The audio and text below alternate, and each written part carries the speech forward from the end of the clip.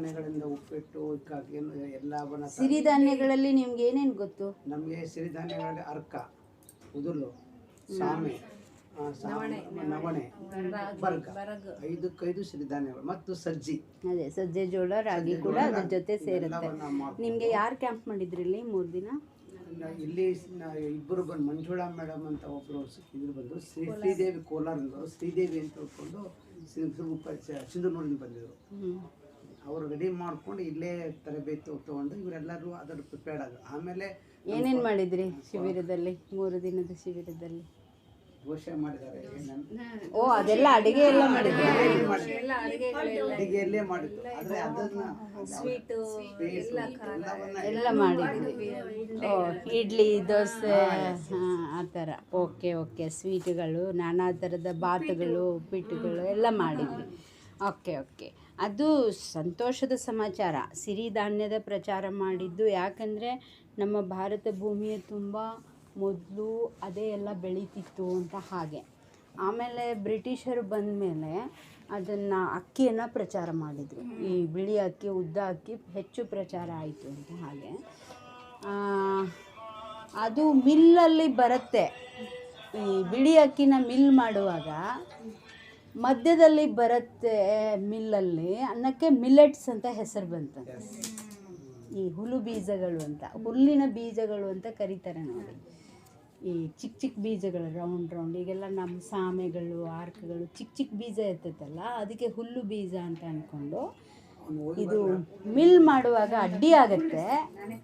ಇದನ್ನು ಮಿಲೆಟ್ಸ್, ಕಸ ಅನ್ನೋ ಥರ ಅವರು ಅದನ್ನು ಬಳಸಿದ್ರು ಪದನ. ಈಗ ನಾವು ಮಿಲೆಟ್ಸ್, ಸಿರಿಧಾನ್ಯಕ್ಕೆ ಮಿಲೆಟ್ಸ್ ಅನ್ನಲ್ವ, ಅದು ಹಾಗೆ ಪದ ಬಂದಿದ್ದದು. ಮಿಲ್ ಮಾಡುವಾಗ ಅಡ್ಡಿ ಆಗುತ್ತೆ, ಅದು ಕಸ ಥರ, ಹುಲ್ಲು ಬೀಜ ಅನ್ನೋ ಥರ. 5 ಬಿಸಾಕ್ಬಿಡ್ಬೇಕು ಅನ್ನೋ ಥರ ಆಯಿತು ನಮ್ಮ ತಲೆಯಲ್ಲಿ. ಬ್ರೈನ್ ವಾಶ್ ಆಗಿಬಿಡ್ತು. ಹೌದಾ? ಹಾಂ, ಇದು ಕತೆ. ಆಮೇಲೆ ಅದು ಚೆನ್ನಾಗಿ ಪ್ರಚಾರ ಆಯಿತು, ಒಳ್ಳೆಯದೇ, ಏನು ಕೆಟ್ಟದ್ದಲ್ಲ. ಆದರೆ ನನಗೆ ಒಂದು ಬೇಸರ ಏನಾಯಿತು ಅಂದರೆ, ನಾನು ಯಾರಿಗಾರು ಬೀಜ ಕೊಟ್ಟು ನೀವು ಬೆಳೀರಿ ಅಂತಂದರೆ ಜನ ಏನು ಪ್ರಶ್ನೆ ಮಾಡ್ತಾರೆ, ನಾವು ಬೆಳಿತೀವಿ, ಅದನ್ನು ಮಿಲ್ ಮಾಡೋರು ಯಾರು? ಎಲ್ಲ ಕಡೆಗೂ ಮಿಲ್ ಸಿಕ್ಕಲ್ಲ. ದೊಡ್ಡ ದೊಡ್ಡ ಊರಲ್ಲಿ ಎಲ್ಲೋ ಒಂದು ಕಡೆ ಮಿಲ್ ಇರುತ್ತೆ, ಅಲ್ಲಿ ತಗೊಂಡೋಗಿ ಮಿಲ್ ಮಾಡ್ಕೊಂಬರೋಕ್ಕಾಗತ್ತಾ ನಮಗೆ ಅನ್ನೋದೊಂದು. ಆಮೇಲೆ ನಾವು ಬೆಳೆದ ಮೇಲೆ ಅದನ್ನು ಯಾರು ಕೊಂಡ್ಕೋತಾರೆ? ಆಮೇಲೆ ಅಗ್ಗದ ಬೆಲೆಗೆ ಮಾರಿದರೆ ನಮಗೇನು ಪ್ರಯೋಜನ? ಇವೆಲ್ಲ ಪ್ರಶ್ನೆಗಳು. ನಾವು ಮನೆಯಲ್ಲಿ ಉಣ್ಬೇಕಂದ್ರೆ ನಮ್ಗೆ ಮಿಲ್ ಮಾಡೋಕ್ಕೆ ಬರ್ತಿರಬೇಕು. ಹೌದಾ? ಒಂದು. ಆಮೇಲೆ ಎರಡನೇದು, ಮಾರ್ತೀವಿ ಅಂದರೆ ತುಂಬ ಅಗ್ಗದ ಬೆಲೆಗೆ ಮಾರಿದರೆ ನಮಗೇನು ಪ್ರಯೋಜನ ಅನ್ನೋದು ಒಂದು. ಆಮೇಲೆ ಸುಮಾರಾಗಿ ಅಕ್ಕಿ ಎಲ್ಲ ತಿಂದು ಹೋಗ್ಬಿಡುತ್ತೆ, ನಮಗೆ ಒಂದಿಷ್ಟು ಸಿಕ್ಕತ್ತೆ, ಅದರಿಂದ ಏನು ಮಾಡೋದು? ಸ್ವಲ್ಪ ಸಿಕ್ಕರೆ ಏನು ಪ್ರಯೋಜನ? ಹೌದಾ? ಇವೆಲ್ಲ ಪ್ರಶ್ನೆಗಳಿಂದ ಮತ್ತು ಇದು ಬಂಡವಾಳಶಾಹಿಗಳ ಕೈಗೆ ಹೋಗ್ತಾ ಇದೆಯಲ್ಲ ಅಂತ ನಾನು ಸ್ವಲ್ಪ ಯೋಚನೆ ಮಾಡಿ, 4 ಬೀಜ ಇದ್ದರೂ ನಾವು ಬೀಜನೇ ಹೆಂಗೆ ಉಪಯೋಗಿಸ್ಕೋಬೋದು? ಅಕ್ಕಿ ಮಾಡ್ದೇನೆ. ಇವಾಗ ಯಾರು ಕುಟ್ಟಲ್ಲ. ಮೊದಲೆಲ್ಲ ನವಣೆ ಎಲ್ಲ ಕುಟ್ಟಿ ಅಕ್ಕಿ ಮಾಡ್ತಿದ್ರು. ಈಗ ನೀವು ಕುಟ್ರಿ ಅಂದರೆ ಯಾರು ಕೇಳಲ್ಲ, ನನ್ನ ಮಾತು ಕೇಳಲ್ಲ. ಈಗ ನನಗೆ ಮಾಡು ಅಂದರೆ ನನಗೆ ಸಾಧ್ಯ ಆಗಲ್ಲ. ಈಗ ಸುಮ್ಮನೆ ಮದುವೆ ಮಾಡುವಾಗ ಶಾಸ್ತ್ರಕ್ಕೆ ಒಳಕಲ್ ಪೂಜೆ ಮಾಡಿದೆ, ಬಿಸುಕಲ್ ಪೂಜೆ ಮಾಡಿದೆ.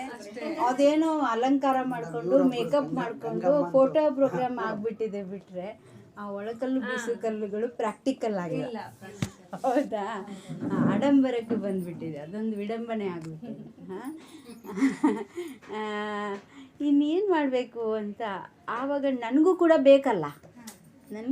ಬೇಕಲ್ಲ, ಯಾಕಂದರೆ ನನ್ನ ಎಕಾನಮಿನೂ ಪರ್ಮಿಟ್ ಮಾಡಬೇಕಾ? ನಾನೊಬ್ಬ ಸಾಮಾನ್ಯ ಪ್ರಜೆಯಾಗಿ ಯೋಚನೆ ಮಾಡ್ತೀನಿ ಯಾವಾಗಲೂ. ನನಗೆ ಸುಲಭವಾಗಿ ಯಾರೋ ದಾನ ಮಾಡಿಬಿಡ್ತಾರೆ, ಕಾಣಿಕೆ ಸಿಕ್ಬಿಡುತ್ತೆ, ನಾನು ಚೆನ್ನಾಗಿರ್ತೀನಿ ಅಂತ ನಾನು ಯಾವತ್ತೂ ಯೋಚನೆ ಮಾಡಿಲ್ಲ. ಒಬ್ಬ ಸನ್ಯಾಸಿಯಾಗಿ ನಾನು ಆರಾಮಾಗಿ ಕಂಫರ್ಟ್ ಆಗಿರ್ಬೋದು ಅಂತ. ನನಗೆ ಯಾರೋ ಕೊಡ್ತಾರೆ ಅಂತ ನಾನು ಯಾವತ್ತೂ ತಗೊಂಡಿಲ್ಲ. ನಾನು ಸ್ವಂತ ಸಂಪಾದನೆ ದುಡಿದು, ನಾನು ಸಂಚಾರಿಯಾದರೂ ಕೂಡ ಸ್ವಯಂಪಾಕಿ. ಆಮೇಲೆ ನಾನು ಸ್ವಯಂಪಾಕಿ ಆದರೂ ಕೂಡ ನಾನು ದುಡಿದು ತಿನ್ನಬೇಕನ್ನೋಳು. ಹೌದಾ? ಹಾಂ. ಆಮೇಲೆ ಯಾರದ್ದೇ ಏನಾದರೂ ನಾವು ಅಡುಗೆ ಮಾಡ್ಕೊಂಡು ಊಟ ಮಾಡಿದ್ರು ನಾನು ಸ್ವಲ್ಪ ಏನಾದ್ರು ಶೇರ್ ಮಾಡಬೇಕು. ಅವ್ರು ನನಗೆ ಕೊಡಬೇಕು, ನಾನು ಅವ್ರಿಗೆ ಕೊಡಬೇಕು. ಶೇರ್ ಮಾಡಿಕೊಂಡು ನಾವು ಒಬ್ಬರಿಗೊಬ್ಬರು ಕಾಳಜಿಯ ಭಾವನೆಯಿಂದ ಬದುಕಬೇಕು. ಈ ಥರ ಸಿದ್ಧಾಂತ ಇರೋದ್ರಿಂದ ನನಗೆ ಯಾವಾಗಲೂ ಬಿಸಿ ತಾಕೋದು. ಮಾರ್ಕೆಟಲ್ಲಿ ಏನೇನು ಬದಲಾವಣೆಗಳಾಗುತ್ತೆ ಅದೆಲ್ಲ ನನಗೆ ಬಿಸಿ ತಾಕತ್ತೆ. ಯಾಕಂದ್ರೆ ನನ್ನ ಎಕಾನಮಿನ ನಾನು ಬೆಳೆಸ್ತಾ ಇರಬೇಕು, ಪ್ರತಿ ವರ್ಷವೂ ರಿನ್ಯೂ ಮಾಡ್ತಾನೆ ಇರಬೇಕು. ಮಾರ್ಕೆಟ್ ಹೇಗೆ ಚೇಂಜ್ ಆಗುತ್ತೆ, ಚಾಲೆಂಜ್ ಅದು. ನಾನು ಒಬ್ಬ ಸಾಮಾನ್ಯ ವ್ಯಕ್ತಿ ಜಾಗಿನಲ್ಲಿ ನಿಂತ್ಕೊಂಡು ಜಗತ್ತನ್ನು ನೋಡ್ತೇನೆ, ಹಾಗೆ ಅದಕ್ಕೋಸ್ಕರ ನಾನು ಸಂಚಾರ ತೊಗೊಂಡಿದ್ದು. ಅಂಥ ಟೈಮ್ನಲ್ಲಿ ನನಗೆ ಏನು ಉಪಾಯ, ಒಂದು ಈ ಬಂಡವಾಳಶಾಹಿ ಕಡೆಗೆ ಹೋಗ್ತಾ ಇದೆ. ನಾನು ಹೊತ್ತು ಎಲ್ಲರಿಗೂ ತಲುಪಿಸುವೆ, ಸಿರಿಧಾನ್ಯಗಳನ್ನು ಒಯ್ದು ತಲುಪಿಸುವೆ. ನಾನು ಪ್ರಾಮಾಣಿಕವಾಗಿ ರೈತರ ಹತ್ರ ಹೋಗಿ ತಗೊಂಡು ಬಂದಾಗ ಅದರ ಟೇಸ್ಟ್ ತುಂಬ ಚೆನ್ನಾಗಿರೋದು. ಆಮೇಲೆ ನಾನು ಅವ್ರಿಗೆ ಕೊಟ್ಟು, ನೀವು ಎಲ್ಲಿ ಹತ್ತಿರ ಎಲ್ಲಿದ್ದಾರೆ ಮಾರ್ಕೆಟಲ್ಲಿ ಹೋಗಿ ತಗೊಂಡು ಬನ್ನಿ ಅಂದಾಗ ಅವ್ರು ಕಂಪ್ಲೇಂಟ್ ಮಾಡೋರು, ಅಮ್ಮ ನೀವು ತಂದು ಕೊಟ್ಟಿರೋ ಅಕ್ಕಿ ಎಷ್ಟು ರುಚಿಯಾಗಿರುತ್ತೆ, ನಾವು ಮಾರ್ಕೆಟ್ಗೆ ಹೋಗಿ ತಗೊಂಡ್ಬಂದಾಗ ಅದು ರುಚಿನೇ ಇರಲ್ಲ ಅಂತ. ಮತ್ತು ನಾನು ಏನು ಮಾಡಬೇಕು ಅವಾಗ, ಏನು ಮಾಡಬೇಕು? ಅದು ಒಂದು ಸಮಸ್ಯೆ. ನನಗೆ ವಿಶ್ವಾಸದ ಕೆಲವು ರೈತರು ಗೊತ್ತಿರುತ್ತೆ, ನಾನು ನೇರವಾಗಿ ಹೋಗಿ ಅವ್ರ ಹತ್ರ ತಗೊಂಬರ್ತೇನೆ. ಮತ್ತು ನನ್ನನ್ನು ನೋಡಿ ಅವರು ಚೆನ್ನಾಗಿರೋದೇ ಕೊಡ್ತಾರೆ ಅಂತ ಅಂದ್ಕೊಳ್ಳಿ, ಯಾಕೆಂದರೆ ಅವ್ರಿಗೆ ಕ್ವಶನ್ ಮಾಡ್ತೇನೆ. ಆದರೆ ನನಗೆ ಕೊಟ್ಟಾಗ ಇನ್ನೊಬ್ರಿಗೆ ಕೊಡಲ್ಲ, ಆಮೇಲೆ ನಾನೇ ಅದನ್ನು ವ್ಯಾಪಾರ ಮಾಡೋಕ್ಕಾಗಲ್ಲ. ನನಗೆ ಒಂದು ಸತಿ ರುಚಿ ತೋರಿಸ್ಬೋದು, ಸ್ಯಾಂಪಲ್ ಕೊಡ್ಬೋದು, ಅವ್ರಿಗೆ ಪ್ರಮೋಟ್ ಮಾಡಿ ಯಾರಿಗಾರು ಪರಿಚಯ ಮಾಡಿ, ಅವರೇ ನಾನು ತೊಗೊಂಡಿರೋರೆ ನನಗೆ ಕೊಡೋ ಒರಿಜಿನಲ್ ಕಾಳನ್ನು ಇನ್ನೊಬ್ರಿಗೆ ಕೊಡಲ್ಲ, ನಾನು ಪರಿಚಯ ಮಾಡಿದವ್ರಿಗೆ ಕೊಡಲ್ಲ. ಆಮೇಲೆ ಅವ್ರಿಗೆ ನನ್ನಷ್ಟಕ್ಕೆ ಹೋಗಿ ಕ್ವಶನ್ ಮಾಡುವಷ್ಟು ಮುಕ್ತ ಮನಸ್ಸಾಗಲಿ ಅಥವಾ ಸಮಯ ವ್ಯವಧಾನಗಳಾಗಲಿ ಇರೋದಿಲ್ಲ. ಆವಾಗ ಅವ್ರು ಏನು ಮಾಡ್ತಾರೆ, ಬಿಟ್ಟಾಕ್ಬಿಡ್ತಾರೆ, ಇದರಲ್ಲಿ ಟೇಸ್ಟೇ ಇಲ್ಲ, ಚೆನ್ನಾಗಿಲ್ಲ ಅಂತ ಬಿಟ್ಟಾಕ್ಬಿಡಿ. ಆಮೇಲೆ ನಾನು ನೋಡಿದೆ ಕೆಲವೊಂದು ಮಿಲ್ಗಳಲ್ಲಿ ಏನು ಮಾಡ್ತಿದ್ದಾರೆ ಅಂದರೆ, ಈ ರೇಷನ್ ಅಕ್ಕಿ ಎಲ್ಲ ಇರುತ್ತಲ್ಲ ಅದನ್ನ ಒಡೆದ್ಬಿಟ್ಟು ರವೆ ಮಾಡಿ ಅದನ್ನು ಪಾಲಿಷ್ ಮಾಡಿ ಸಿರಿಧಾನ್ಯದ ಶೇಪ್ ಕಲರ್ ಕೊಟ್ಟು ಸೇರಿಸಿಬಿಟ್ಟು ಮಾರ್ತಿದ್ದಾರೆ ಅಂತ ಗೊತ್ತಾಗ್ಬಿಡ್ತು. ಆವಾಗ ರುಚಿ ಬರಲ್ವಲ್ಲ. ಹೆಂಗೆ ರುಚಿ ಬರುತ್ತೆ? ಒರಿಜಿನಲ್ ರುಚಿ ಬರಲ್ಲ. ಅದ್ಭುತ ರುಚಿ ಇದೆ ಧಾನ್ಯಗಳಿಗೆ, ಒಂದೊಂದಕ್ಕೂ ಒಂದೊಂದು ರುಚಿ ಇದೆ. ಆವಾಗ ಎಲ್ಲ ಒಂದೇ ಥರ ಅನಿಸ್ಬಿಡುತ್ತೆ, ಒಂದರ ರುಚಿ ಇನ್ನೊಂದಕ್ಕೆ ಗೊತ್ತಾಗಲ್ಲ, ಎಲ್ಲ ಒಂದೇ ಥರ ಈ ಥರ ಆವು. ಅದಕ್ಕೆ ನಮ್ಮ ಸಾಧಕರು ಧ್ಯಾನಿಗಳು, ಅವರು ಸ್ವಲ್ಪ ಸೂಕ್ಷ್ಮಮತಿಗಳಿರೋದ್ರಿಂದ ಅಷ್ಟು ಬೇಗ ಮೋಸ ಹೋಗೋಕ್ಕೆ ಇಷ್ಟ ಆಗಲ್ಲ ಅವ್ರಿಗೆ. ಅದಕ್ಕೆ ಅವರೆಲ್ಲ ಹಾಗೆ ಮಾಡಿದಾಗ ನನಗೆ ಹೀಗೆ ಬಂತಲ್ಲ, ಇದು ಪ್ರತಿಯೊಂದು ಯಾವ್ದು ಮಾರ್ಕೆಟಿಗೆ ಬರುತ್ತೆ ಅಲ್ಲೆಲ್ಲ ಇದು ಇರೋದೆ. ಈವನ್ ಆಯುರ್ವೇದ ಔಷಧಿ ಇರ್ಬೋದು ಅಥವಾ ಯಾವುದೇ ಒಂದು ಪದಾರ್ಥ ಇದ್ದರೆ ಅದಕ್ಕೆ ಮಾರ್ಕೆಟ್ಗೆ MRP ಅಂತ ಬಂದುಬಿಟ್ಟು ಅದಕ್ಕೆ ಬೆಲೆ ಬಂದಾಗ, ಹೆಂಗೆ ನಾವು ತೋಟದಲ್ಲಿ ಹೋಗಿ ಬಿತ್ತಿ ಬರ್ತೀವಲ್ಲ, ಗದ್ದೆನಲ್ಲಿ ಬಿತ್ತಿದಾಗ ಕಸ, ನನಗೆ ನೀರು ಹಾಕ್ತಿದ್ದಾರೆ, ನನಗೆ ಗೊಬ್ಬರ ಹಾಕ್ತಿದ್ದಾರೆ ಅಂದ್ಕೊಂಡು ಅದು ಕುಣಿದಾಡಿ ಹೇಳುತ್ತಲ್ಲ ಕಸ. ಹಾಗೆ ಈ ವ್ಯಾಪಾರಿಗಳು ಏನು ಮಾಡ್ತಾರೆ ಅಂದರೆ, ಕಳ್ಳಾಟ ಆಡೋದಕ್ಕೆ ಶುರು ಮಾಡಿಬಿಡ್ತಾರೆ. ಒಂದೇನಾದ್ರು ಒಳ್ಳೇದಿದೆ ಅಂದರೆ ಅದಕ್ಕೆ ಕಾಂಪೀಟ್ ಮಾಡೋ ಥರ ಇದು ಅಲ್ಲದ ಅಂದರೆ ಡುಪ್ಲಿಕೇಟ್, ಪಕ್ಕ ಡುಪ್ಲಿಕೇಟ್ಗಳು ಬೆಳೆದು ನಿಂತು ಅವೇ ನಾನೇ ಸತ್ಯ ಅನ್ನೋ ಥರ ಸಮರ್ಥನೆ ಮಾಡ್ಕೊಳ್ತಾರೆ. ಇನ್ನು ಹೇಗೆ ಸುಧಾರಿಸ್ಬೇಕು ನಾವು? ಮಾರ್ಕೆಟ್ನ ಸುಧಾರ್ಸೋಕ್ಕಾಗತ್ತಾ? ನಮಗೆ ಧ್ವನಿ ಇದೆಯಾ? ನಮ್ಗೆ ಯಾರು ಕೇಳ್ತಾರೆ? ಇನ್ನೇನು ಮಾಡಬೇಕು ಅಂದಾಗ ನಾನು ರೂಟ್ ಲೆವೆಲಲ್ಲಿ ಚಿಂತನೆ ಮಾಡಿದೆ. ಏನಂದರೆ, ಕಲ್ಯಾಣದಿಂದ ಶುರು ಮಾಡಿದೆ ಇದನ್ನು, ಬಸವ ಕಲ್ಯಾಣದಿಂದ. ಏನು? ಕಲ್ಯಾಣದ ಅಂಬಲಿ. ನಾನು ಯೋಚನೆ ಮಾಡಿದೆ, ಶರಣರು ಹೇಗೆ ಅಂಬಲಿ ಮಾಡ್ತಿರ್ಬೋದು? ಈಗ ಮಾದಾರ ಚೆನ್ನಯ್ಯನ ಮನೆಯಲ್ಲಿ ಶಿವಬಂಧು ಅಂಬಲಿಯನ್ನುಂಡ ಅಂತ ಹೇಳ್ತಾರೆ, ಹೌದಾ? ಸವಿ ನೋಡಿ ಅಂಬಲಿಯ ಕೈ ತೆಗೆದ ನಮ್ಮ ಚೆನ್ನ, ನಡೆ ಚೆನ್ನ, ನುಡಿ ಚೆನ್ನ, ಪ್ರಮಥರೊಳಗೆ ಚೆನ್ನ ಅಂತ ಒಂದು ವಚನ ಹೇಳ್ತಾರೆ ಬಸವಣ್ಣನವರು. ಮಾದಾರ ಚೆನ್ನಯ್ಯನ ಮನೆಯಲ್ಲಿ ಶಿವಬಂಧು ಅಂಬಲಿ ಸವಿತಾನೆ. ಮೊದಲ ಸುರಿಕೆಗೆ ಅವನು ಕೈಲಾಸನೇ ಕೊಟ್ಬಿಟ್ನಂತೆ, ಹೌದಾ? ಎರಡನೇ ಸುರಿಕೆಗೆ ತನ್ನನ್ನೇ ಕೊಟ್ಬಿಟ್ನಂತೆ, ಇನ್ನು ಮೂರನೇ ಸುರಿಕೆಗೆ ಏನು ಕೊಡೋಕ್ಕೆ ಉಳಿಲಿಲ್ಲ ಅಂತ. ಆ ಥರ ಹಾಗೆ ರಾಜನ ಒಂದು ಭಕ್ಷ್ಯಭೋಜ್ಯಗಳನ್ನು ಕೂಡ ಅವನು ಪಕ್ಕಕ್ಕೆ ಸರಿಸಿ ಚೆನ್ನಯ್ಯನ ಮನೆಗೆ ಹೋಗ್ತಾನೆ ಅಂತ ಕತೆ ಕೇಳ್ತೀನಿ. ಹಾಗಾದರೆ ಶರಣರ ಅಂಬಲಿ ಇಷ್ಟು ಲಕ್ಷ ಜನರಿಗೆಲ್ಲ ಅವರು ದಾಸೋಹ ಮಾಡ್ತಿದ್ರು ಅಂದರೆ, ದಿಢೀರಾಗಿ ದಾಸೋಹ ಮಾಡಬೇಕಂದ್ರೆ ಅಂಬಲಿನೇ ಮಾಡಬೇಕು ಅಲ್ವಾ? ಅಂಬಲಿ ಬಿಟ್ಟು ಬೇರೆ ಏನು ನಮಗೆ ಅಷ್ಟು ಸುಲಭವಾಗಿ ದಾಸೋಹ ಮಾಡೋಕ್ಕಾಗಲ್ಲ. ಆದರೆ ಮತ್ತು ಅದರಿಂದ ತೃಪ್ತಿ ಆಗತ್ತಾ? ಬರೀ ಅಂಬಲಿ ಕುಡಿದ್ರೆ ತೃಪ್ತಿ ಆಗತ್ತಾ? ಅದರಲ್ಲಿ ಅಷ್ಟು ಶಕ್ತಿ ಇರುತ್ತಾ? ಹಾಗೆ ನಾನು ಸ್ವಲ್ಪ ಆಳವಾಗಿ ಚಿಂತನೆ ಮಾಡಿದಾಗ ಈ ಅಂಬಲಿ ಹೇಗಿರ್ಬೋದು ಅಂದಾಗ ನನಗೆ ಒಂದು ವಿಚಾರ ಹೊಳೀತು. ಈ ಸಿರಿಧಾನ್ಯದ ಬೀಜಗಳೇನಿದೆಯಲ್ಲ, ಇವು ಇಷ್ಟಲಿಂಗದ ಆಕಾರದಲ್ಲಿದ್ದಾವೆ, ಹೌದಾ? ಈ ಭತ್ತದ ಅಕ್ಕಿ ಹೇಗಿದೆ? ಅದು ಸ್ಥಾವರ ಲಿಂಗ ಇದೆ, ಹೌದಾ? ನಮ್ಮ ಶರಣರು ಏನು ಹೇಳ್ತಾರೆ, ಸ್ಥಾವರ ಲಿಂಗದ ಪೂರ್ವಾಶ್ರಯ ಕಳೆದು ಈ ಇಷ್ಟಲಿಂಗ ಬಂದಿರೋದು. ಆಮೇಲೆ ಸ್ಥಾವರಲಿಂಗ ಭಿನ್ನ ಭಕ್ತಿ, ಇಷ್ಟಲಿಂಗ ಅಭಿನ್ನ ಭಾವದ ಭಕ್ತಿ, ಅದರ ಮಹಿಮೆಯನ್ನು ತುಂಬ ಹೇಳಿದೆ. ಇದರಲ್ಲಿ ಏನಾದರೂ ಒಂದು ಇದು ಸಿಂಬೋಲೈಸ್ ಆಗಿರ್ಬೋದಾ ಅಂತ ಯೋಚನೆ ಮಾಡಿದರೆ, ಅಕ್ಕಿನ ನಾವು ಪಾಲಿಷ್ ಮಾಡಿದರೆ ಅದರಲ್ಲಿರೋ ಫೈಬರ್ ಕಂಟೆಂಟ್ ಪೂರ್ಣ ಹೋಗ್ಬಿಡುತ್ತೆ, ಬಿಳಿ ಅಕ್ಕಿದು, ಭತ್ತದ ಅಕ್ಕಿ. ಅದೇ ನಾವು ಈ ಬೀಜ, ಸಿರಿಧಾನ್ಯದ ಬೀಜ ಪಾಲಿಷ್ ಮಾಡಿದರೆ ಸಿಪ್ಪೆ ತೆಗೆದ್ರೆ ಫೈಬರ್ ಉಳಿದಿರುತ್ತೆ. ಇನ್ನು ಪಾಲಿಷ್ ಮಾಡಿದರೂ ಕೂಡ ನೀವು ಎಷ್ಟು ಪಾಲಿಷ್ ಮಾಡಿದರೂ ಕೂಡ 7 ಪದರುಗಳಲ್ಲಿ ಫೈಬರ್ ಹಾಗೇ ಉಳ್ಕೊಂಡಿರುತ್ತಂತೆ. ಅದು ಈ ಬಿಳಿ ಅಕ್ಕಿನಲ್ಲಿ ಇರಲ್ಲ, ಹೌದಾ? ಇದು ಇದರ ವಿಶೇಷತೆ ಒಂದು. ಆಮೇಲೆ ಇಷ್ಟಲಿಂಗದ ಆಕಾರದಲ್ಲಿದೆ ಅನ್ನೋದು ಒಂದು ನನಗೆ ಖುಷಿ ಕೊಟ್ಟಿರೋದು. ಆಮೇಲೆ ಅದು ಸಿಂಬಾಲ್ ಇದೆಯಲ್ಲ, ಈ ಥರ ಇಷ್ಟಲಿಂಗದ ಆಕಾರ ಇದೆಯಲ್ಲ, ಅದು ವಿಶ್ವರೂಪ ಅಥವಾ ವಿಶ್ವಶಕ್ತಿಯನ್ನು ಪ್ರತಿನಿಧಿಸುತ್ತೆ. ಗೋಲಾಕಾರ, ನಮ್ಮ ಸ್ವರೂಪ ಕೂಡ ಗೋಲಾಕಾರವೇ ಇರೋದ್ರಿಂದ ಅದರಲ್ಲಿ ಚೈತನ್ಯ ಶಕ್ತಿ ಇರುತ್ತೆ ಅಂತ, ಹಾಗೆ ಆ ಫೈಬರ್ ಕಂಟೆಂಟ್ ಹಾಗೆ ಉಳ್ಕೊಳ್ಳುತ್ತೆ ಅನ್ನೋದಕ್ಕೆ. ನಮಗೂ ಕೂಡ ಅಷ್ಟತನುಗಳು, ಈಶ್ವರನಿಗೆ ಅಷ್ಟತನುಗಳು ಅಂತ ಹೇಳ್ತಾರೆ. ಅಂದರೆ ಜೀವ ವಿಕಾಸ ಆಗೋದು 7 ಹಂತಗಳಲ್ಲಿ ವಿಕಾಸ ಆಗುತ್ತೆ, ನಮ್ಮ ಪ್ರಜ್ಞೆ ಕೂಡ ಅಂತ ಹೇಳ್ತಾರೆ. ಹಾಗಾದರೆ ನನಗೆ ಒಂದು ಫ್ಲ್ಯಾಶ್ ಏನಾಯಿತು ಅಂದರೆ, ಈ ಬೀಜನ ನೆನೆ ಇಟ್ಟಾಗ ಈ ಜ್ಯೋತಿರ್ಬಿಂದು ಅಂತ ಹೇಳ್ತೀನಿ, ಲಿಂಗ ಮಧ್ಯೆ ಜಗತ್ ಸರ್ವಂ ಅಂತ ಹೇಳ್ತೀವಿ. ಇಷ್ಟಲಿಂಗದೊಳಗೆ ಜಗತ್ತೆಲ್ಲವೂ ಅಡಕವಾಗಿದೆ. ಅಂದರೆ ಈ ಸೃಷ್ಟಿ ವಿಕಾಸ ಆಗೋದಕ್ಕೆ ಏನು ಶಕ್ತಿ ಬೇಕು ಅದೆಲ್ಲವೂ ಅದರಲ್ಲಿ ಅಡಕವಾಗಿರುತ್ತೆ. ಯಾವುದರಲ್ಲಿ? ಲಿಂಗದಲ್ಲಿ. ಅದು ನಮ್ಮೊಳಗಿರೋ ಜ್ಯೋತಿರ್ಬಿಂದು, ಭ್ರುಕುಟಿ ಮಧ್ಯದಲ್ಲಿರುವ, ಈ ಕೈಯಲ್ಲಿ ಏನು ಹಿಡ್ಕೊಂಡಿದ್ದೀನಿ ಲಿಂಗ, ಅದು ನಮ್ಮ ಭ್ರುಕುಟಿ ಮಧ್ಯದಲ್ಲಿರುವ ಜ್ಯೋತಿ ರೂಪ ಅಂತ. ಆ ಜ್ಯೋತಿ ಈ ಸೃಷ್ಟಿಯ ವಿಕಾಸಕ್ಕೆ ಏನೆಲ್ಲ ಬೇಕೋ ಆ ಶಿವಶಕ್ತಿ ಸಂಪುಟವನ್ನು ಒಳಗೆ ಮಾಡಿಕೊಂಡು, ಶಿವಶಕ್ತಿಯ ಸಾಮರಸ್ಯ ಅದು ಜ್ಯೋತಿ ಸ್ವರೂಪ. ಶಿವ ಬೇರೆ, ಶಕ್ತಿ ಬೇರೆ, ನಾವು ನಾನಾ ರೂಪಗಳಲ್ಲಿ ನೋಡ್ತೇವೆ. ಆದರೆ ಸಾಮರಸ್ಯದಲ್ಲಿ ಅವರು ಏನಾಗಿದ್ದಾರೆ? ಲಿಂಗ ಸ್ವರೂಪಿಗಳೇ ಆಗಿದ್ದಾರೆ, ಜ್ಯೋತಿ ಸ್ವರೂಪಿಗಳೇ ಆಗಿದ್ದಾರೆ. ಹಾಗಾದರೆ ಜ್ಯೋತಿರ್ಬಿಂದುವಿನಲ್ಲಿ ಸೃಷ್ಟಿಯ ಎಲ್ಲ ಶಕ್ತಿ ಅಡಕವಾಗಿರುವ ಹಾಗೆ ನೆನೆದ ಕಾಳಿದೆಯಲ್ಲ, ಇದು ಜ್ಯೋತಿರ್ಬಿಂದುವನ್ನು ಪ್ರತಿನಿಧಿಸುತ್ತದೆ. ನೆನೆದ ಕಾಳು ಅದು ಮೊಳಕೆ ಒಡೆದು ಎಲೆ ಆಗಿ ಹೂವು ಹಣ್ಣು ಆಗಿ ನಮಗೆ ಮತ್ತೆ ಅನಂತ ಬೀಜಗಳನ್ನ ಕೊಡ್ತತ್ತಲ್ಲ, ತೆನೆ ಆಗಿಬಿಟ್ಟು. ಹಾಗೆ ಕೊಡೋದಕ್ಕೆ ಏನೆಲ್ಲ ಎಂಜೈಮ್ಸ್ ಬೇಕೋ, ವಿಟಮಿನ್ಸ್ ಬೇಕೋ, ಮಿನರಲ್ಸ್ ಬೇಕೋ, ಅದೆಲ್ಲವೂ ಕೂಡ ನೆನೆದ ಕಾಳಿನಲ್ಲಿ ಪ್ರೋಗ್ರಾಮ್ ಆಗಿರುತ್ತೆ. ನಾವು ಆ ಹಂತದಲ್ಲಿ ಅದನ್ನು ಬಳಸಿದರೆ, ಹಾಲು ರೂಪದಲ್ಲಿ ಬಳಸಿದರೆ, ಮತ್ತು ಅದರ ಸುತ್ತಮುತ್ತಲು ಸಿಪ್ಪೆನಲ್ಲಿ ಏನಿರುತ್ತಲ್ಲ, ಆ ಸಿಪ್ಪೆ ಕೂಡ ತನ್ನ ಶಕ್ತಿಯನ್ನು ಒಳಗಿರೋ ನೆನೆದ ಸತ್ವಕ್ಕೆ ಬಿಟ್ಟು ಕೊಟ್ಟಿರುತ್ತೆ. ಆಗ ಸಿಪ್ಪೆ ಸಮೇತ ಕೂಡ ನಾವು ತಿನ್ನಬೇಕಾಗಿಲ್ಲ. ಸಿಪ್ಪೆನ ಹೊರತುಪಡಿಸಿದಾಗಲೂ ಕೂಡ ಅದು ಶಕ್ತಿ ಸಂಪನ್ನವಾಗಿರುತ್ತೆ.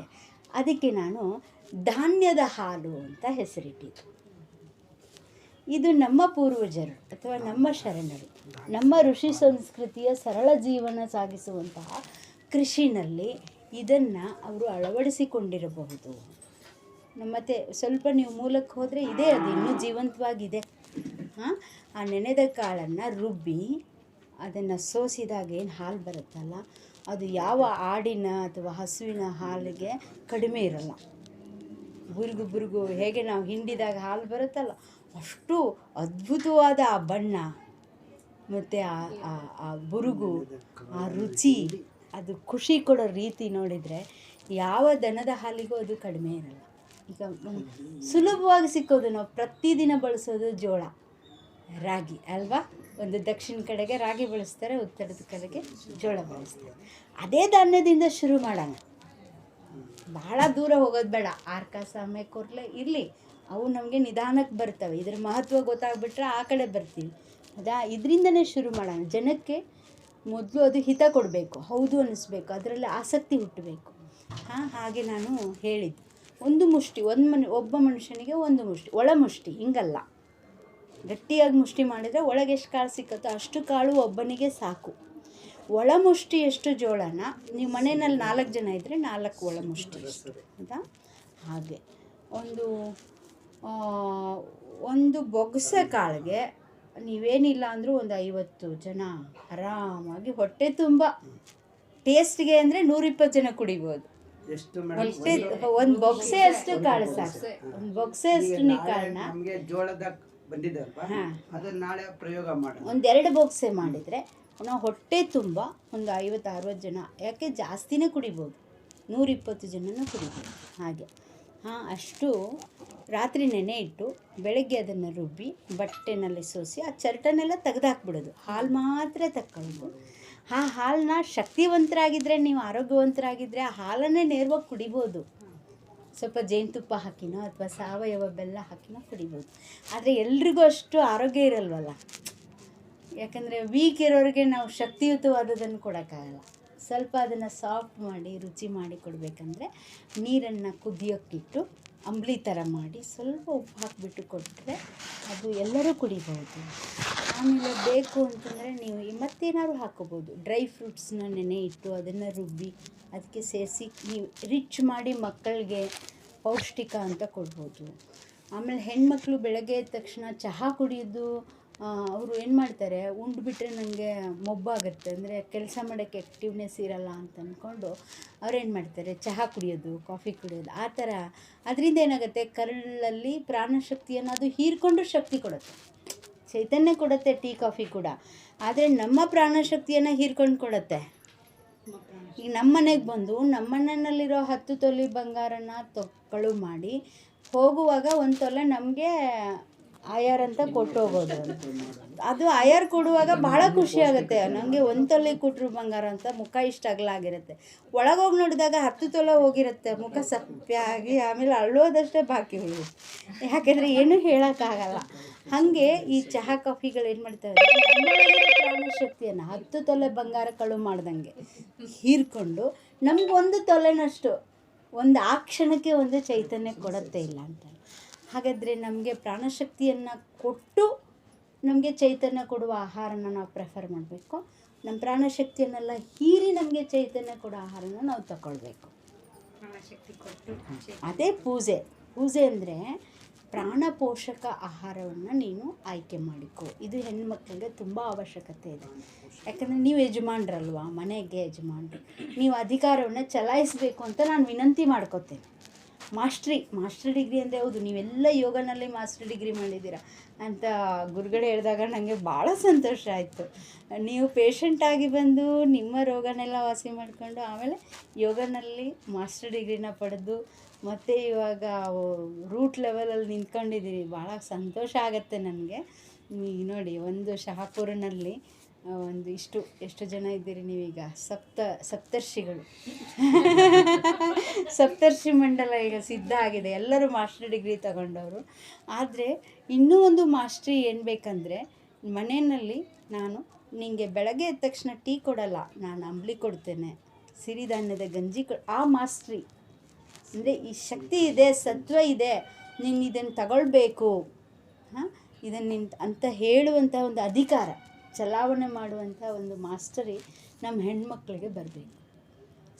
ಏನೋ ಅವ್ರ ಇಷ್ಟಕ್ಕೆ ಅವ್ರು ಬೇಡ ಅಂತಾರೆ, ನಾನು ಅವ್ರಿಗೆ ಕೊಡೋಕ್ಕಾಗಲ್ಲ, ಅವ್ರು ಇಷ್ಟವಾದದ್ದನ್ನೇ ಕೊಡೋಣ, ಮಗು ಹಠ ಮಾಡುತ್ತೆ ಏನೋ ಕೊಟ್ಬಿಡೋಣ, ಗಂಡ ಸಿಟ್ಟು ಮಾಡ್ಕೊತಾನೆ ಬೇಡಿದ್ದು ಕೊಟ್ಬಿಡೋಣ, ಆ ಥರ ಆಗಬಾರ್ದು. ನನ್ನ ಆತ್ಮಸಾಕ್ಷಿಯಾಗಿ ಯಾವುದು ಸತ್ಯವಾಗಿದೆ, ಶುದ್ಧವಾಗಿದೆ, ಸತ್ವಭರಿತವಾಗಿದೆ ಅದನ್ನು ನಾನು ಗಂಡನಿಗೆ ಕೊಡ್ತೇನೆ, ಮಕ್ಕಳಿಗೆ ಕೊಡ್ತೇನೆ, ನೆಂಟರಿಷ್ಟ್ರಿಗೂ ಕೊಡ್ತೇನೆ. ಅವ್ರು ಬೇಡಿದ್ದು ಕೊಟ್ಟು ನಾನು ಅವ್ರನ್ನ ಖುಷಿಪಡ್ಸೋಕ್ಕಲ್ಲ, ನನ್ನ ಆತ್ಮಸಂತೋಷವನ್ನು ಅವ್ರ ಜೊತೆ ಹಂಚ್ಕೋತೇನೆ. ಜ್ಞಾನವನ್ನು ಸೇವಿಸಬೇಕು ಅನ್ನೋ ಧೈರ್ಯ ಬರಬೇಕು, ಹೌದು, ಆ ವ್ಯವಧಾನ ಇರಬೇಕು.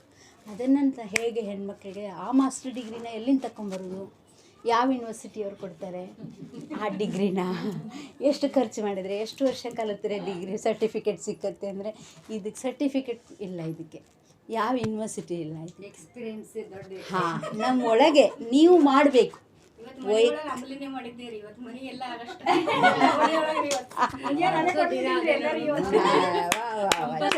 ಚಪ್ಪಾಳೆ ತಟ್ಟಿ. ಮಾಸ್ಟರ್ ರೆಡಿ ಇದ್ದಾರೆ. ಹೊಸ ಜೋಳ ತಂದಿರಮ್ಮ, ನಾಳೆ ಇಲ್ಲೇ ಮಾಡೋದು, ಬಂದು ಸಾಯಂಕಾಲ ಎಲ್ಲರಿಗೂ ಕುಡಿಸೋದು, ದಿನ ಬಂದಂದು. ಅದಕ್ಕೆ ಮೊದಲು ಸ್ವಂತಕ್ಕೆ ಮಾಡಬೇಕು. ಯಾವಾಗಲೂ ನೀವು ಒಂದು ಮುಷ್ಟಿ ಜೋಳ ನೆನೆ ಇಟ್ಟು ರುಬ್ಬಿ ಹಾಲು ತೆಗೆದು ಅದನ್ನು ಗಂಜಿ ಮಾಡಿ ಕುಡಿದಾಗ ನಿಮಗೆ ಅನುಭವ ಆಗುತ್ತಲ್ಲ, ಆವಾಗ ಧೈರ್ಯ ಬರುತ್ತೆ. ನಿಮಗೆ ಆಪ್ತರಿಗೆ ಕೊಡೋದು, ಆಮೇಲೆ ನಿಮ್ಮ ಪಾರ್ಟಿ ಸ್ವಲ್ಪ ದೊಡ್ಡದಾಯಿತು, ಬಲಿಷ್ಠ ಆದರೆ ನಿಮಗೆ ಮತಗಳು ಸಿಕ್ಕರೆ ಆವಾಗ ನೀವು ನಿಮ್ಮ ರಾಜ್ಯ ಆಡಳಿತವನ್ನು ನೀವು ಮಾಡಬೇಕು. ಇದು ಎಷ್ಟು ದಿನದ ಇದು ಒಂದು ಗಂಜಿ ಮೇಡಮ್, ಎಷ್ಟು ತಾಸುವರೆಗೂ ಇರ್ಬೋದು, ಎಷ್ಟು ದಿನ ಇರ್ಬೋದು? ಏನದು ಗಂಜಿ ಕುಡಿದು ಎಷ್ಟೊತ್ತಿರ್ಬೋದು?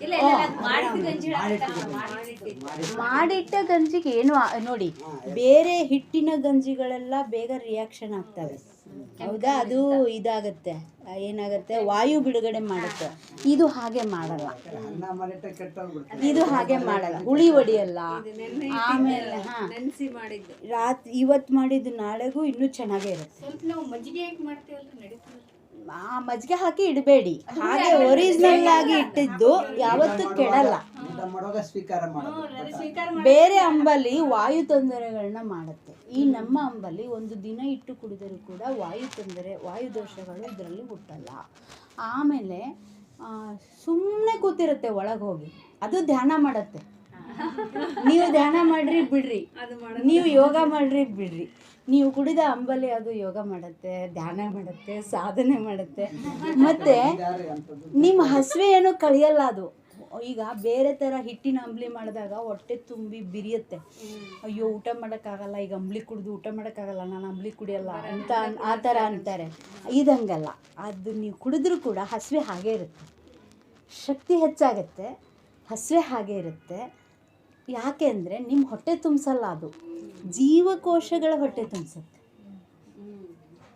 ಹೌದಾ? ನಾವು ಊಟ ಮಾಡೋದ್ರಿಂದ ಹೊಟ್ಟೆ ತುಂಬುತ್ತೆ. ಹಾಂ, ನೀವು ಹಿಟ್ಟಿನ ಅಂಬಲಿ ಮಾಡಿದಾಗ ಏನಾಗುತ್ತೆ, ನಮ್ಮ ಹೊಟ್ಟೆ ತುಂಬುತ್ತೆ, ಜೀವಕೋಶಗಳೆಲ್ಲ ಒದ್ದಾಡ್ತವೆ. ಆದರೆ ಇಲ್ಲಿ ಜೀವಕೋಶಗಳೆಲ್ಲ ತೃಪ್ತಿ ಆಗ್ತವೆ, ನೀವು ಹಸ್ಕೊಂಡಿರ್ತೀರ, ಮತ್ತು ಊಟ ಮಾಡೋಕ್ಕೆ ನಿಮಗೆ ಅವಕಾಶ ಇರುತ್ತೆ, ನೀರು ಕುಡಿಯೋಕ್ಕೆ ಅವಕಾಶ ಇರುತ್ತೆ, ಗಾಳಿ ಕುಡಿಯೋಕ್ಕೆ ಅವಕಾಶ ಇರುತ್ತೆ, ಊಟ ಮಾಡೋಕ್ಕೂ ಅವಕಾಶ ಇರುತ್ತೆ. ಅದು ಅಷ್ಟು ಪಾಪ ಪ್ರಾಮಾಣಿಕ ಅಂತ. ಹಾಗೆ ಅದಕ್ಕೆ ನೀವು ಪ್ರೈಮ್ ಮಿನಿಸ್ಟರ್ ಪೋಸ್ಟ್ ಕೊಟ್ಟರು ತಪ್ಪಿಲ್ಲ. ನಮ್ಮ ಸಿರಿಧಾನ್ಯದ ಅಂಬಲಿಗೆ ಹೈಯೆಸ್ಟ್ ಪೋಸ್ಟ್, ಮನೆಯಲ್ಲಿ ಅದಕ್ಕೆ ಹೈಯೆಸ್ಟ್ ಪೋಸ್ಟ್ ಕೊಡಬೇಕು ಅಂತ. ಯಾರೇ ಬಂದರೂ ಅದನ್ನೇ ಕೊಡ್ತೀನಿ. ನಾನೀಗ ಏನು ಮಾಡ್ತಿದ್ದೀನಿ ಅಂದರೆ, ಇದೊಂದು ಚಳುವಳಿ ಥರ. ಹೆಂಗೆ ಮೋಟಿವೇಟ್ ಮಾಡಿ, ನೀವು ತುಂಬ ತಿಳಿದವರು ಇರೋದ್ರಿಂದ ನಿಮಗೆ ಆ ಥರ ಏನು ಮಾಡಬೇಕಾಗಿಲ್ಲ. ನಾನು ಅತಿ ಸಾಮಾನ್ಯ ವ್ಯಕ್ತಿಗೆ ಏನು ಮಾಡ್ತಿದ್ದೀನಿ ಅಂದರೆ, ಇದೊಂದು ಸಂಚಾರಿ ಶಾಲೆ ಅಂತ ಅವ್ರ ಹೆಸರು ನೋಂದಾಯಿಸ್ಕೊಳ್ಳೋದು, ನಮ್ಮ ಶಾಲೆಗೆ ಸೇರ್ಕೊಳ್ಳಿ. ಅದರಲ್ಲಿ ಕಲ್ಯಾಣದ ಅಂಬಲಿ. ನೀವು ನಿಮ್ಮ ಹುಟ್ಟುಹಬ್ಬಕ್ಕೆ ಅಥವಾ ಬಸವ ಜಯಂತಿಗೆ ಅಥವಾ ಏನೋ ಒಂದು ಹಬ್ಬ, ಈಗ ನಾಳೆ ಯೋಗ ಶಾಲೆಗೆ ನಾಳೆ ನಾನು ಅಂಬಲಿ ಅಷ್ಟು ಬೀಜವನ್ನು ನಾನು ನಿಮಗೆ ಕೊಡುತ್ತೇನೆ ಅಂತ ಹೇಳ್ತೀನಿ ಅವರಿಗೆ. ನಿಮಗೆ ನಾನು ಕೊಡ್ತೇನೆ, ನೀವು ಮಾಡಿ ಅಷ್ಟು ಜನರಿಗೆ ಉಣಿಸ್ಬೇಕು, ಅವ್ರಿಗೆ ಮೋಟಿವೇಟ್ ಮಾಡೋಕ್ಕೆ. ನೀವೇ ಮಾಡಿದರೆ ಭಾಳ ಸಂತೋಷ. ಆದರೆ ನಾನು ಕೊಡ್ತೀನಿ ಅಂದಾಗ ಏನಾಗುತ್ತೆ, ಒಬ್ಬೊಬ್ಬರಿಗೆ ಭಾಳ ಖುಷಿ ಆಗುತ್ತೆ, ಅವರು ಮಾಡಿ ಕುಡಿಸ್ಬೇಕು. ಹಾಂ, ಪರವಾಗಿಲ್ಲ ಸಂತೋಷ. ಅವರೆಲ್ಲ ಗ್ರಹಿಸಿದ್ರು. ನಾನು ಹೇಳಿದ್ದನ್ನೆಲ್ಲ ನೀವು ಚೆನ್ನಾಗಿ ಗ್ರಹಿಸಿದ್ದೀರಿ ಅಂತ ಅಂದ್ಕೊಳ್ತೇನೆ. ಇವರೇನು ಹಬ್ಬ ಅಂಬ್ಲಿಯಿಂದ ಮಾಡು ಅಂತಾರಲ್ಲ ಅಂತ, ಹಾಗೆ ಆಗಬಾರ್ದು ಅನ್ನೋದಕ್ಕೆ ನಾನೇನು ಮಾಡ್ತೀನಿ, ನಾನು ಕೊಡುತ್ತೇನೆ, ನನ್ನ ಪರವಾಗಿ ನೀವು ಹಬ್ಬ ಮಾಡಿ. ಆವಾಗ ಅವರಿಗೆ ಇಲ್ಲ ಅನ್ನೋಕ್ಕಾಗಲ್ಲ, ಹೌದಾ? ಇಲ್ಲ ಅಂದರೆ ಅವಾಗೇನಾಗತ್ತೆ, ರೂಢಿ ಓವರ್ಕಮ್ ಮಾಡಿಬಿಡುತ್ತೆ. ನಮ್ಮ ಕೇಕು ಅದನ್ನು ಬಿಟ್ಟು ಇದನ್ನು ಮಾಡೋಕ್ಕಾಗತ್ತಾ, ಮತ್ತೊಂದು ಏನಾದ್ರು ಕೀರು ಮಾಡ್ಬೋದು, ಇದನ್ನು ಮಾಡೋಕ್ಕಾಗತ್ತಾ, ಇದೇನು ಹಬ್ಬನ? ಅದಕ್ಕೆ ನಾನು ಕೊಡ್ತೀನಿ ಅಂದಾಗ ಅವ್ರಿಗೇನು ಅನಿಸುತ್ತೆ, ಯಾಕೆ ಮಾಡಬಾರ್ದು ಅಲ್ವಾ? ಪ್ರಸಾದ ಅಂತ ರೂಪದಲ್ಲಿ ಯಾಕೆ ಮಾಡಬಾರ್ದು ಅಂತ ಅವ್ರ ಮನಸ್ಸಲ್ಲಿ ಒಂದು ಜಾಗೆ. ಹಾಗೆ ಏನು ಮಾಡೋದು, ನಾವು ನಿಮಗೆ ಕೊಡ್ತೇನೆ, ನೀವು ಇನ್ನೊಬ್ಬರಿಗೆ ಕೊಡಿ.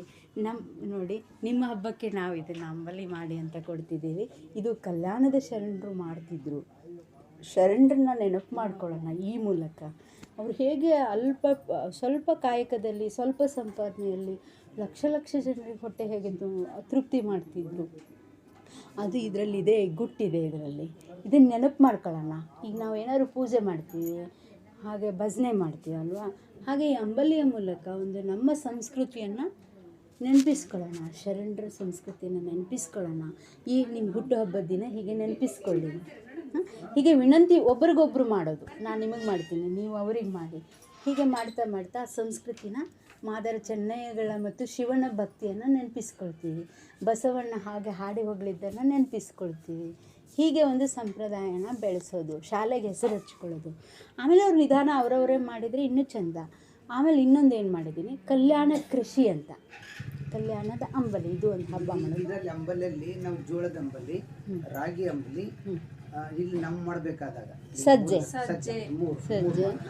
ಆಮೇಲೆ ನವಣೆ ನೋಡಿ. ಅದಕ್ಕೆ ನೀವೇನು ಮಾಡೋದು, ಒಂದೊಂದಕ್ಕೂ ಒಂದೊಂದು ಮಹತ್ವ ಇದೆ. ಆವಾಗ ಹೇಳ್ಬೋದು ನಾವು. ಈಗ ನರದೋಷಗಳಿದ್ದವರಿಗೆ ನವಣೆ ಅಂಬಲಿ, ನರ ದೌರ್ಬಲ್ಯ, ಬುದ್ಧಿಮಂದ, ಈವನ್ ಫಿಟ್ಸ್ ಪ್ರಾಬ್ಲಮ್ ಇದ್ದವರು ಕೂಡ 6 ತಿಂಗಳುಗಳ ಕಾಲ ನಿರಂತರವಾಗಿ ನವಣೆ ಅಂಬಲಿ ಕುಡಿತಾ ಇದ್ದರೆ, ಬೆಳಗ್ಗೆ ಮಧ್ಯಾಹ್ನ ಪ್ರತಿ ಊಟಕ್ಕೂ ಮೊದಲು ಒಂದು ಅರ್ಧ ಗಂಟೆ ಮೊದಲು ಒಂದು 1/4 ಲೀಟ್ರ್ನಷ್ಟು ನವಣೆ ಅಂಬಲಿಯನ್ನು ಕುಡಿತಾ ಇದ್ದರೆ ಒಂದು 6 ತಿಂಗಳಲ್ಲಿ ಅವರಿಗೆ ನಿರ್ದಿಷ್ಟವಾದ ಬದಲಾವಣೆ ಗೊತ್ತಾಗುತ್ತೆ. ಔಷಧಿ ಪ್ರಮಾಣ ಕಡಿಮೆ ಆಗ್ತಾ ಬರುತ್ತೆ. ಪ್ರಾರಂಭದ ಹಂತದಲ್ಲಿರೋ ಸಮಸ್ಯೆಗಳಿದ್ದರೆ ಅವರು ಔಷಧಿಯಿಂದ ಮುಕ್ತವಾಗಿ ಕೂಡ ಇರಬಹುದು. ಇಂಥವೆಲ್ಲ ನಾವು ನವಣೆಗೆ ನರ ದೌರ್ಬಲ್ಯದಿಂದ ಪಾರಾಗುವ ಇದಿದೆ. ರಾಗಿಗೆ ಕ್ಯಾಲ್ಸಿಯಂ ಕೊಡುವಂತಹ, ನಮ್ಮ ಬೋನ್ಸ್ನ ಗಟ್ಟಿ ಮಾಡುವಂತಹ ಒಂದು ಶಕ್ತಿ ಇದೆ. ಆಮೇಲೆ ಜೋಳಕ್ಕೆ ಅದ್ಭುತವಾದ ತೃಪ್ತಿಯ ಅನುಭವ ಆಗುತ್ತೆ, ಅದ್ಭುತವಾದ ತೃಪ್ತಿ. ಅದು ಹಾಲು ಕುಡಿದ್ರೆ ತೃಪ್ತಿ ಸಿಕ್ಕಲ್ಲ, ಒಂಥರ ಮಸಾಜ್ ಮಾಡ್ದಂಗೆ ಒಳಗೆ. ಜೋಳದ ಹಾಲು ಇದೆಯಲ್ಲ, ಅಂಬಲಿ ಇದೆಯಲ್ಲ, ಅದು 32 ಅಡಿ ಕೂಡ ಅದು ಅದ್ಭುತವಾದ ತೃಪ್ತಿ ಕೊಟ್ಟ ಅನುಭವ ಸಿಕ್ಕತ್ತೆ. ಆಮೇಲೆ ಅದು ನಿತ್ಯ ತೃಪ್ತಿ. ಅದು ತೃಪ್ತಿ ಅಂದ್ರೆ ಶರೀರದ ನರನಾಡಿಗಳ ತೃಪ್ತಿನೋ, ಜೀವಕೋಶಗಳ ತೃಪ್ತಿ, ಅಷ್ಟು ತಮ್ಮನಿ ಕೊಡುತ್ತೆ ಅದು.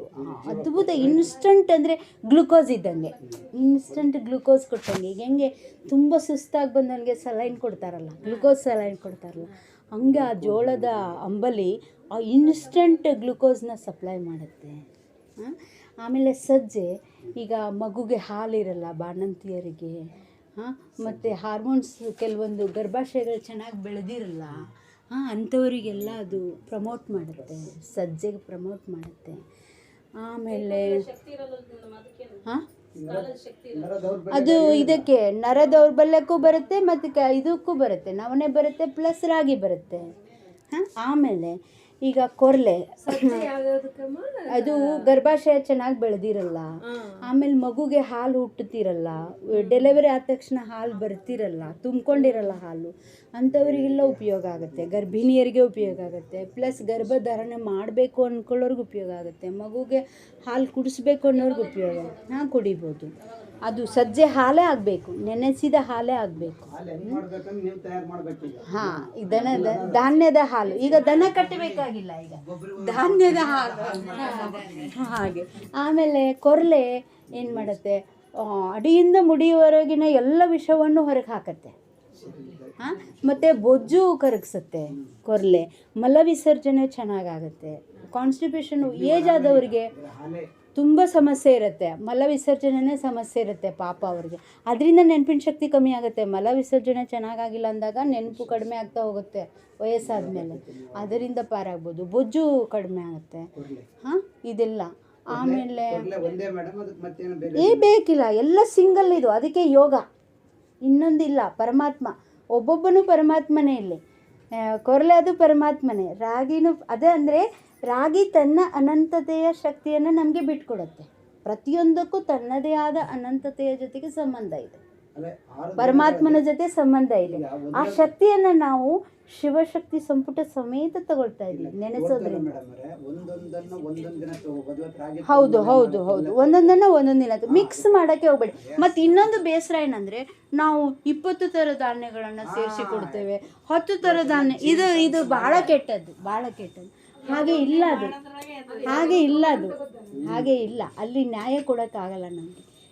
ಇಲ್ಲಿ ನೀವು ಸಿಂಗಲ್ ಆಗೇ ಬೆಳೆಸಿ, ಅದು ನಮಗೆ ಯೋಗ ಕೊಡುತ್ತೆ.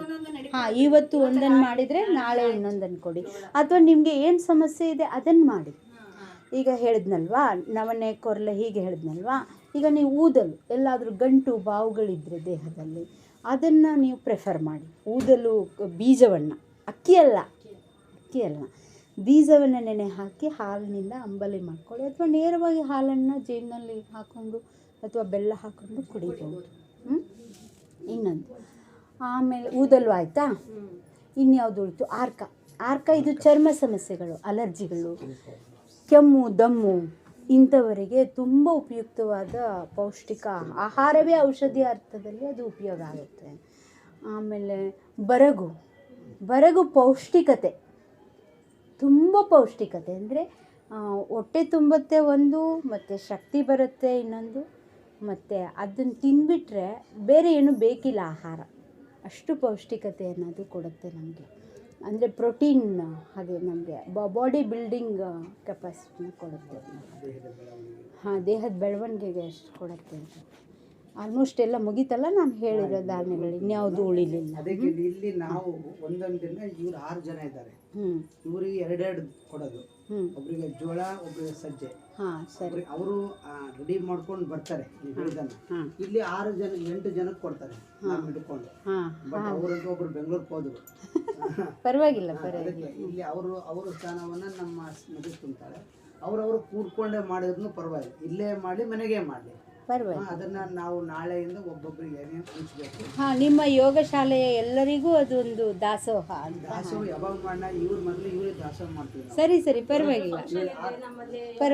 ಫಸ್ಟ್ 8 ಜನಕ್ಕೆ ನಿಮ್ಮನ್ನ ಹಿಡ್ಕೊಂಡು ನಾವು 8 ಜನಕ್ಕೆ ಇದನ್ನ ದಾಸೋಹ. ಈಗ ಮುಂದಿನ ದಿನಗಳಲ್ಲಿ ಇವ್ರು ಕಲ್ತವ್ರನ್ನ ಇವರೇ ನಮ್ಮ ಮಾಸ್ಟರ್ಗಳಿಗೆ ಅನುಭವ ಬರಬೇಕು. ಮೊದಲು ನೀವು ಅನುಭವಿಸಿ ಇದು ಸತ್ಯ ಅಂತ ನಿಮಗೆ ಆದಾಗ ಅದನ್ನು ನೀವು ಇನ್ನೊಬ್ರಿಗೆ ಹಂಚಿದಂಗೆ ಇರೋಕ್ಕೆ ಆಗಲ್ಲ ನಿಮಗೆ. ಯಾವಾಗಲೂ ನಾವು ಏನಾದ್ರು ಕಂಡ್ಕೊಂಡಾಗ ಅದನ್ನು ಕೊಡಬೇಕು.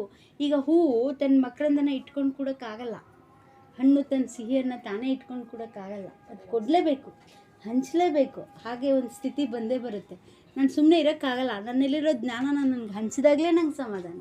ಹಾಗೆ ನೀವು ಅನುಭವಿಸಿದ್ದನ್ನು ನೀವು ಹಂಚ್ತೀರ. ಈ ಕೆಟ್ಟವರು ಹಂಚ್ತಾರೆ, ಈ ಸರೆ ಕುಡಿಯೋರು ಫ್ರೀಯಾಗಿ ಕೊಟ್ಟು ಅವ್ರಿಗೆ ಚಟ ಕಲಿಸ್ತಾರೆ, ಹೌದಾ? ಬಿಡಿ ಸೇದವರು ಅರ್ಧ ಬಿಡಿ ಕೊಟ್ಟು ಹೀಗೆ ಕಡ್ಡಿ ಪೆಟ್ಟಿಗೆ ಕೊಟ್ಟು ಅಲ್ವಾ ಕಲಿಸ್ತಾರೆ. ಕೆಟ್ಟ ಚಟಗಳನ್ನು ಗುಂಪು ಮಾಡ್ಕೋತಾರೆ, ಕಲಿಸ್ತಾರೆ. ನಾವು ಒಳ್ಳೆಯದನ್ನು ಯಾಕೆ ಮಾಡಬಾರ್ದು? ಅದಕ್ಕೆ ಯಾಕೆ ಮುಜುಗರ ಮಾಡ್ಕೋಬೇಕು? ಮತ್ತು ಇದು ತಳಪಾಯದ ಜನಗಳಿಗೆ, ಬಡತನದ ರೇಖೆಯ ಕೆಳಗಿರುವ ಜನರು ಕೂಡ ಶ್ರೀಮಂತವಾದ ಭೋಜನವನ್ನು ಅನುಭವಿಸೋದಕ್ಕೆ ಇದು ಬುನಾದಿ ಆಗ್ಬೋದು. ಅದೇ ಆರ್ಕ, ಅದೇ ಹಾರಕ ಅಂತ, ಎರಡು ಒಂದೇ. ಆರ್ಕ ಮತ್ತು ಹಾರಕ ಅದು ಕೆಮ್ಮು ದಮ್ಮಗೆ ತುಂಬ ಉಪಯೋಗ ಆಗುತ್ತೆ. ಇನ್ನೂ ಇರಬಹುದು, ಈಗ ನಮಗೆ ಗೊತ್ತಿರೋದು ಇಷ್ಟು ಮಾತ್ರ. ಇನ್ನೂ ಮಾಡಿದರೆ ಇನ್ನೂ ಸಿಗ್ಬೋದು ನಮಗೆ. ಯಾಕಂದರೆ ಅದು ಹುಲ್ಲು ಬೀಜ ಅಂತ, ಒಂದು ಹುಲ್ಲು ಅಂತ ಅಂದ್ಕೊಂಡು ಬೀಜ ಅಂತ ಅದನ್ನು ಕಿಂಚಿತ್ ಮಾಡಿ ಅದನ್ನು ಬಿಸಾಕಿರೋದು. ಈಗ ಮತ್ತೆ ನಾವು ಆಯ್ಕೊಂಡು ಬಂದು ಅದನ್ನು ಹುಡ್ಕಾಡ್ಕೊಂಡು ಬಂದು, ಅದಕ್ಕೆ ನಾನೇನು ಮಾಡ್ತೀನಿ, ಕಲ್ಯಾಣ ಕೃಷಿ ಅಂತ ಇನ್ನೊಂದು 2ನೇ ಪಾಠ. ಒಂದು ಕಲ್ಯಾಣದ ಅಂಬಲಿ,